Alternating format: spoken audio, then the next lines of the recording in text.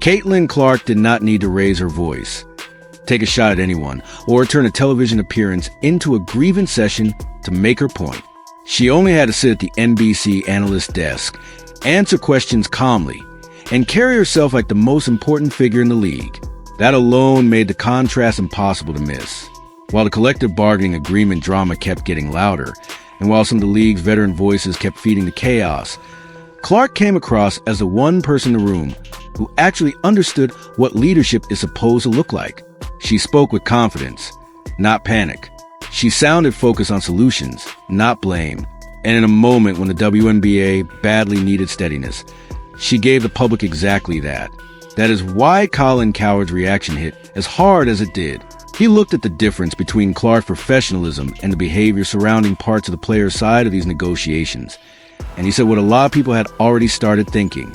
The league's biggest star was behaving like the adult in the room, while some veterans were making the entire situation look more reckless, more emotional, and far less credible than it needed to be.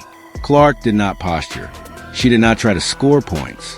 When asked about the labor talks, she simply said she believed the deal would get done soon.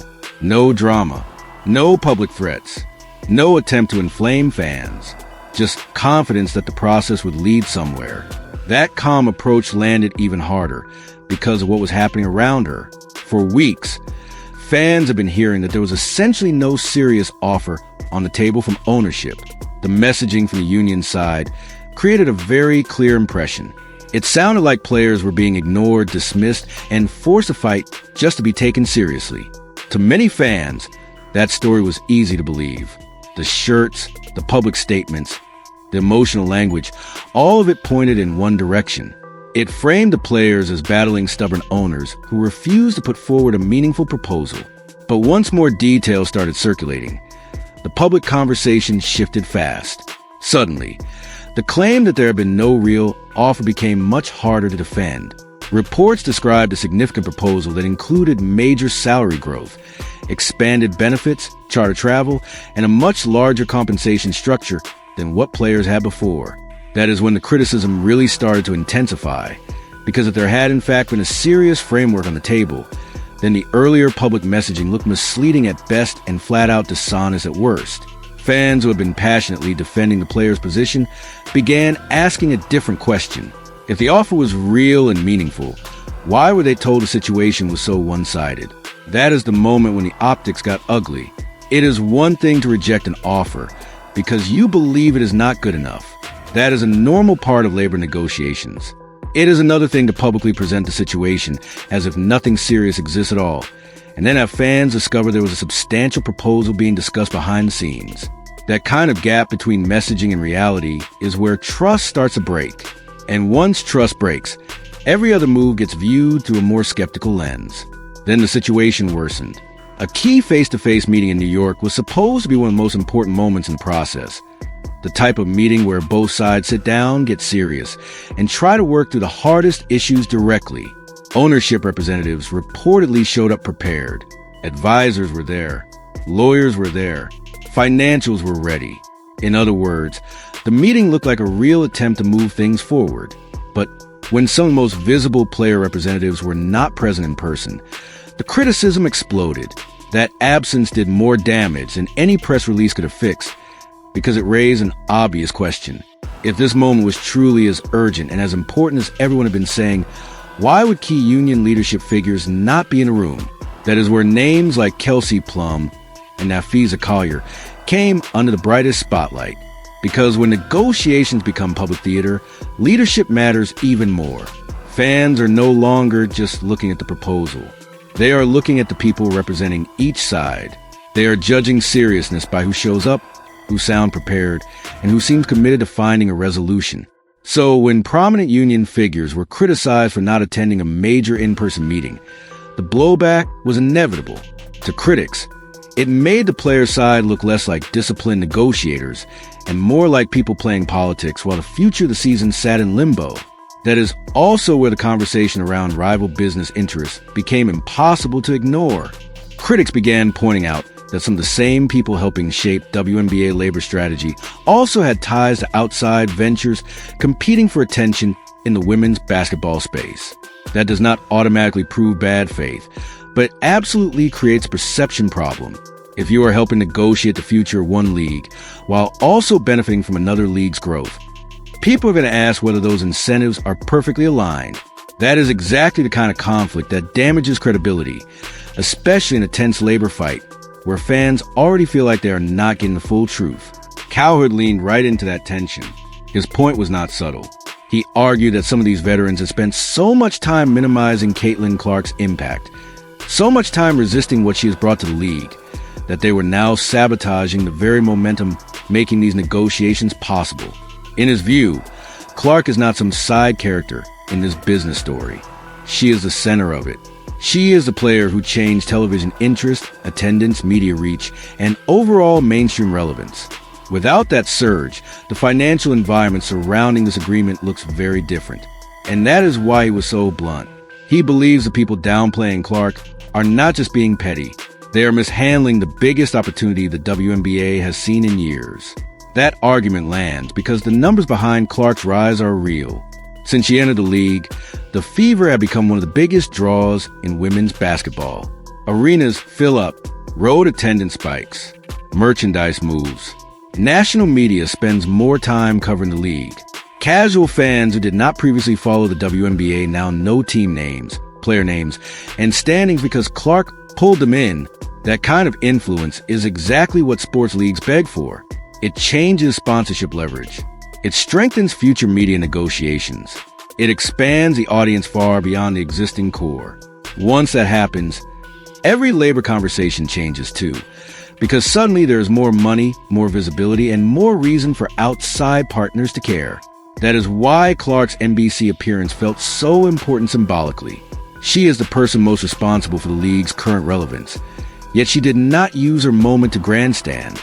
She did not act like she deserved special treatment. Even though in many ways, she is a central force making a richer deal possible for everyone, she simply showed poise. That poise made some of the louder veteran behavior look even smaller by comparison. And it is one reason so many fans sided with Cowherd when he said the old guard needs to grow up. The frustration with Kelsey Plum specifically has been building for a while, because some fans believe she has repeatedly downplayed Clark's role in the league's explosive growth. The criticism is not just about one quote or one weekend. It is about a pattern. When the numbers clearly show a dramatic surge in interest following Clark's arrival, many people have very little patience for anyone implying that her impact is overstated. To those fans, it feels like bitterness disguised as perspective. And once that frustration meets a messy negotiation process, the backlash gets much harsher. That is why Cowherd's commentary about the veterans being upset with a new star hit a nerve. He framed it like a band that suddenly resents the member writing the hit songs. It is a sharp analogy, but it works because it captures the public mood. Clark has become the face of the current boom, and plenty of people believe some veterans cannot accept that. Instead of recognizing that her popularity lifts everybody, critics say they have spent too much time trying to protect old hierarchies, challenge new fans, and act as if attention should be distributed according to seniority instead of market reality. And market reality is what keeps coming back in this conversation. The owner's offer, as described by public reporting and commentary, was not some tiny step forward.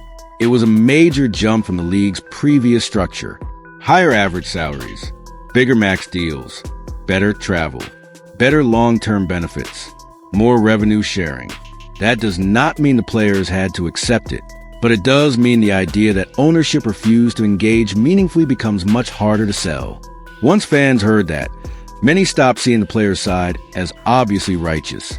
Instead, they started asking whether some union leaders had overplayed their hand. The demand structure also became part of the backlash. The difference between wanting a share of gross revenue and taking a share of net revenue is not a minor technical detail. It goes straight to how a business functions. A gross-based demand changes the economics of the whole league because it prioritizes player payouts before many of the league's operating costs are fully accounted for. A net-based structure means the expenses are covered first, then the remaining value gets shared. That debate can be argued both ways at the bargaining table. But once the public understood the scale of the gap, some people concluded that the players were not just aiming high.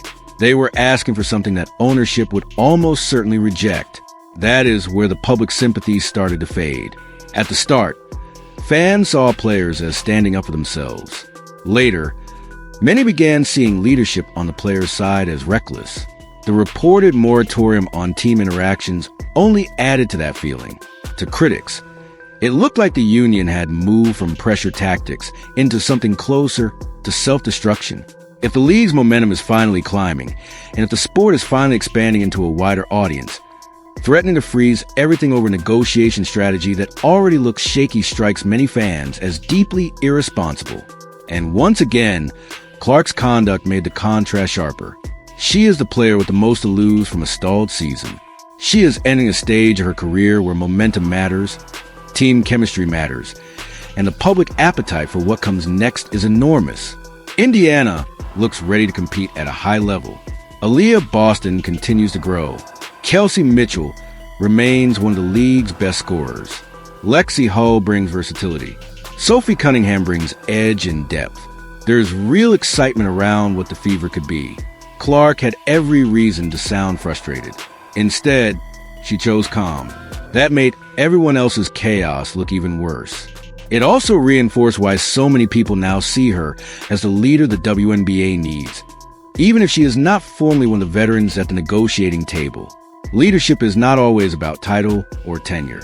Sometimes it is about who understands a moment best. Clark seems to understand that the league cannot afford to alienate the very fans and partners it has only recently started attracting at this level. She knows the public is watching. She knows sponsors are watching. She knows broadcasters are watching. And she seems to know that professionalism matters, especially when the league's reputation is under pressure. Cowherd's larger point was that the veterans should be protecting Clark, not resenting her. They should be supporting the momentum, not undercutting it.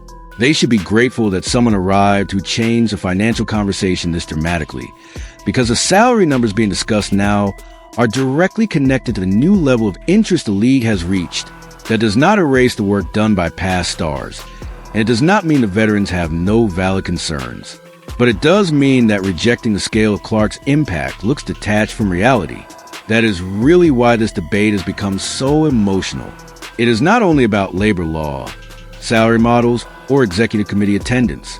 It is about whether the league's established voices are capable of recognizing the magnitude of what is happening right in front of them. Clark did not create every part of women's basketball, but she undeniably accelerated the WNBA's commercial moment.